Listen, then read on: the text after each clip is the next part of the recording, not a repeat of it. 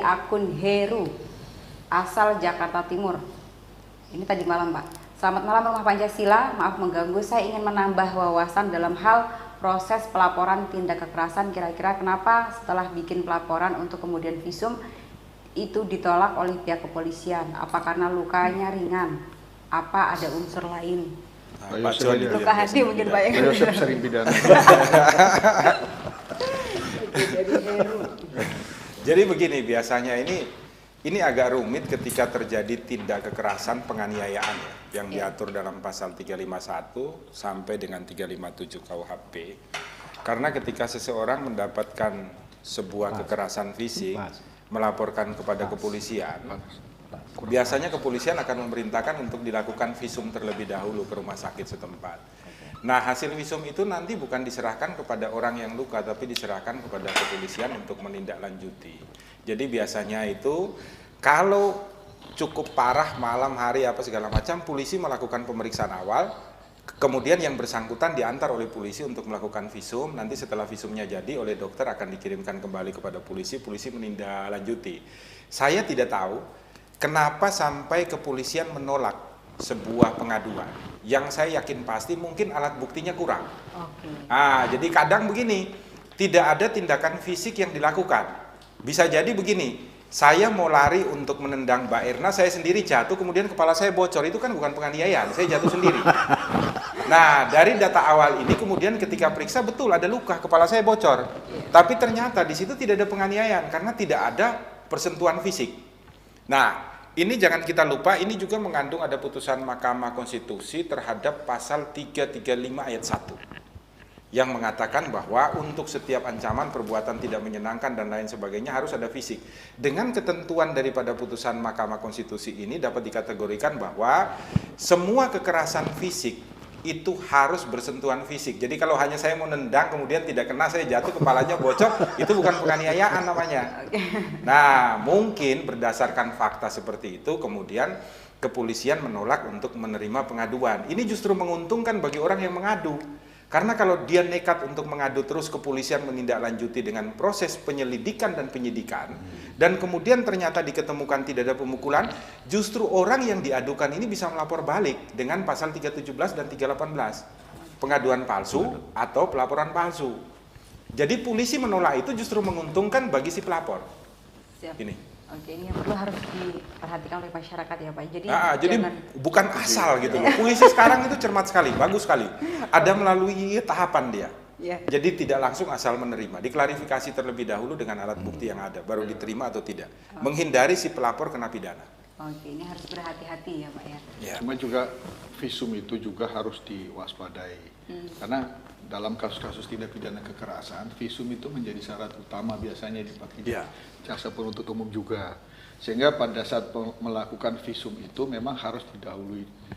Atau ada dalam praktek di lapangan terjadi penganiayaan, dia langsung harus ke polisi laporkan dengan dua alat buktinya, ada pelaku, ada saksi, gitu ya. Tapi dalam kasus-kasus tertentu, ada kasus di Semarang itu tidak ada saksi, tidak ada bukti yang melihat terjadinya itu, sehingga visum itu apakah kemudian ditolak polisi itu menjadi hal yang baru, ya. Akhirnya didandangkan ahli. Jadi saya semalam ada nonton acara di satu media TV bahwa Prof Mahmud mengatakan begini, walaupun tidak ada alat bukti, petunjuk itu bisa dipakai hakim untuk memutus.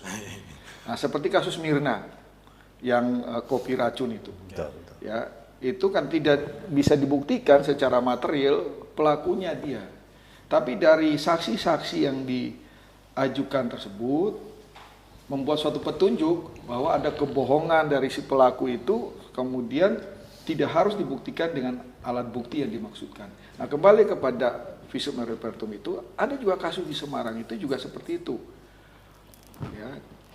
Visum itu ditolak, diuji dengan keterangan ahli yang lain. Nah, tetapi akhirnya Hakim Pengadilan Negeri Semarang memutus kasus itu tanpa dengan ada visum itu, dengan berdasarkan petunjuk. Jadi kebohongan si tersangka untuk merekayasa membuat suatu alibi bahwa dia tidak terlibat dan kejadian sudah berapa berapa tahun yang lalu tidak ada saksi, tapi dikumpulkan menjadi petunjuk itu, kemudian bisa diputus dan terbukti, kan gitu. Nah, jadi ada perubahan perihal mengenai penegakan hukum oleh pengadilan. Petunjuk, tidak ada bukti, bukan kemudian tindak pidana itu tidak terjadi. Karena sekarang itu pelaku kejahatan kan sangat pintar. Karena dua alat bukti itu kan menjadi syarat utama untuk terbuktinya suatu tindak pidana.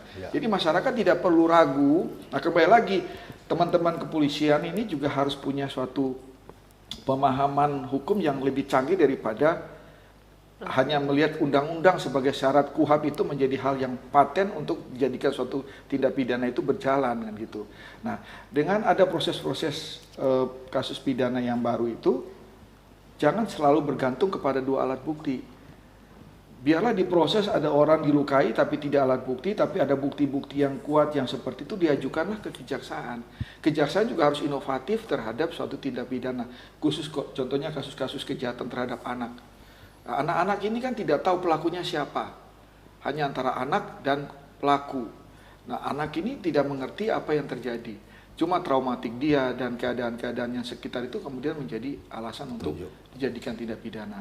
Nah, mengenai visum et repertum itu sendiri, ada kejadian harus segera lapor polisi, nanti polisi akan mengantar untuk visum yang betul dibilang Pak Yosef. Atau dilakukan visum dulu, baru melaporkan juga bisa. Tapi yang pasti ada dua alat bukti. Kalau visum itu jangan sendiri, datang dengan orang yang menyaksikan, umpamanya ya, wajahnya berdarah, ada yang tahu, di visum situ, polisi langsung segera. Itu kalau tidak salah ada waktunya 24 jam kalau tidak salah.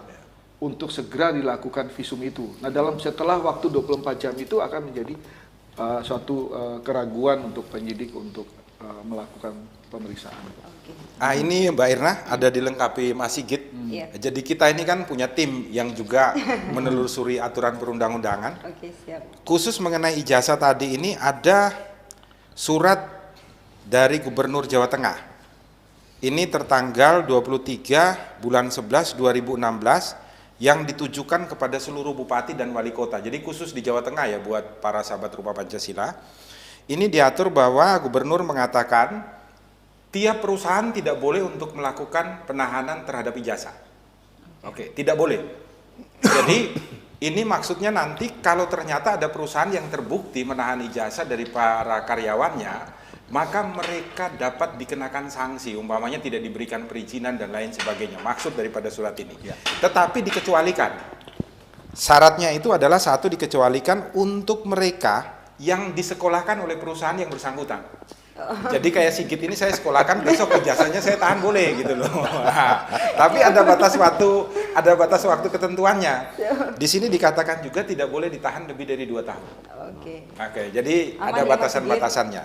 Kemudian ada lagi nih, ini dari Mas Sigit tadi, untuk pembebasan biaya rapid test ini sudah ada. Bahkan berdasarkan dari keputusan Presiden tadi, peraturan Presiden, itu untuk wilayah Nusa Tenggara Barat itu surat edarannya langsung sudah dikeluarkan oleh gubernur bahwa diperintahkan kepada seluruh rumah sakit untuk memberikan pembebasan terhadap orang yang melakukan di Nusa Tenggara Barat. NTB. Ya, jadi sudah di Jawa ada. Tengah ada nggak? Jadi Nah, besok Jawa bisa Tengah nggak tahu itu. Melalui dari program ini mungkin nanti akan didengarkan. Biar kita rame-rame besok ke dihimbau. Yang kita takutnya begini, bukan rapid test lokasinya di mana dulu. Kita sehat-sehat aja rapid test, lingkungan yang nggak mantap juga malah kita di ini. Cuma dicari yang Jawa Tengah free nggak rapid testnya itu. Iya. Sehingga bisa, ini kan di NTB ya. Ya, betul. Apalagi di sini juga zona merah ya Pak ya. Nah, ini kemudian untuk yang melengkapi pajak tanah tadi, ini dikasih sama Mbak Vela di belakang. Ini Peraturan Menteri Keuangan Republik Indonesia nomor 231 PMK.03 2019. Jadi bebas pajak itu khusus yang harganya di bawah 60 juta. Tadi saya sebutkan betul ya? 61. 61 ya? 60 juta yang benar. Jadi saya keliru tambah 1 juta tadi. Jadi di bawah 60 juta tidak dikenakan pajak.